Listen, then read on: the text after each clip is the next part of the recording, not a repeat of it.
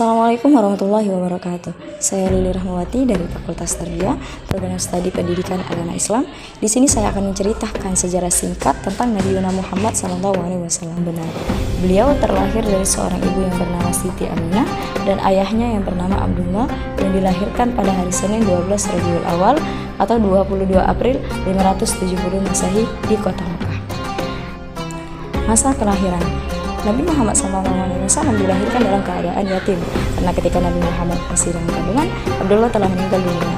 Nabi terlahir dari keluarga bangsawan dari Bani Quraisy. Nama lengkap Nabi adalah Muhammad bin Abdullah. Nama Muhammad artinya orang terpuji. Nama ini diberikan oleh seorang kakek tercintanya, yaitu Abdul Muthalib.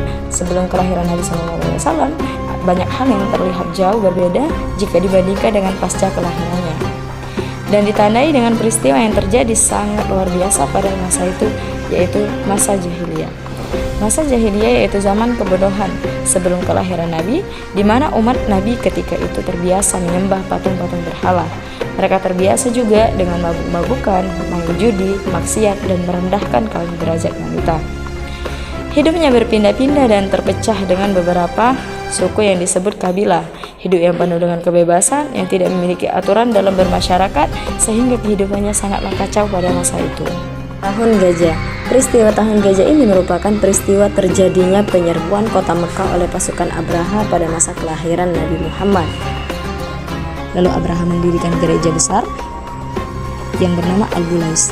Namun usahanya itu tidak berhasil karena tidak ada seorang pun yang datang ke gereja Al-Bulais itu. Abraha sangat marah besar dan pada akhirnya ia mengarahkan pasukan gajah untuk menghancurkan Ka'bah.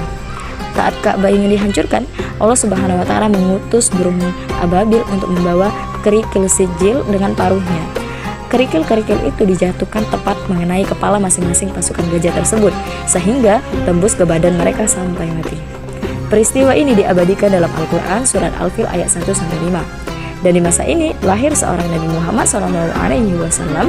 Peristiwa inilah yang menandai tahun kelahiran dan pada akhirnya disebut Tahun Gajah. Masa dakwah. Rasulullah SAW menerima wahyu untuk menyampaikan dan menyiarkan ajaran agama Islam dan mengajak umat manusia untuk menyembah Allah Subhanahu wa Ta'ala. Beliau menyampaikan dakwanya secara sembunyi-sembunyi. Adapun orang pertama masuk agama Islam yang disebut as-sabiqun al-awwalun, yaitu keluarga dan para sahabatnya, yakni istrinya Siti Khadijah, sahabatnya Ali bin Abi Thalib, Abu Bakar As-Siddiq, anak angkatnya Zaid bin Harithah, Utsman bin Affan, Zubair, dan masih banyak lagi keluarga dan sahabat Rasul lainnya.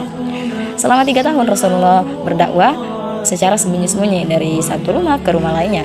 Kemudian turunlah surat Al-Hijr ayat 94 yang artinya, maka sampaikanlah secara terang-terangan segala apa yang telah diperintahkan kepadamu dan berpalinglah dari orang-orang musyrik. Setelah turunnya ayat wafatnya Nabi Muhammad SAW, pada saat sahabat Abu Bakar sedang tidak di Madinah, terjadi peristiwa yang sangat menyedihkan, di mana Nabi Muhammad SAW wafat. Pada saat Abu Bakar diberitahu, beliau segera datang ke rumah Aisyah dan menyampaikan pidato. Ketahuilah, barang siapa yang menyembah Muhammad, maka sesungguhnya kini Muhammad telah mati. Barang siapa yang menyembah Allah, sesungguhnya Allah tetap senantiasa dan tidak akan pernah mati. Kemudian beliau membacakan firman Allah Subhanahu wa Ta'ala yang artinya, sesungguhnya kamu akan mati dan sesungguhnya mereka akan mati pula. Quran surat Az-Zumar ayat 3. Setelah berdakwah selama 30 tahun, beliau wafat dalam usia 63 tahun. Terima kasih, semoga bermanfaat. Wassalamualaikum warahmatullahi wabarakatuh.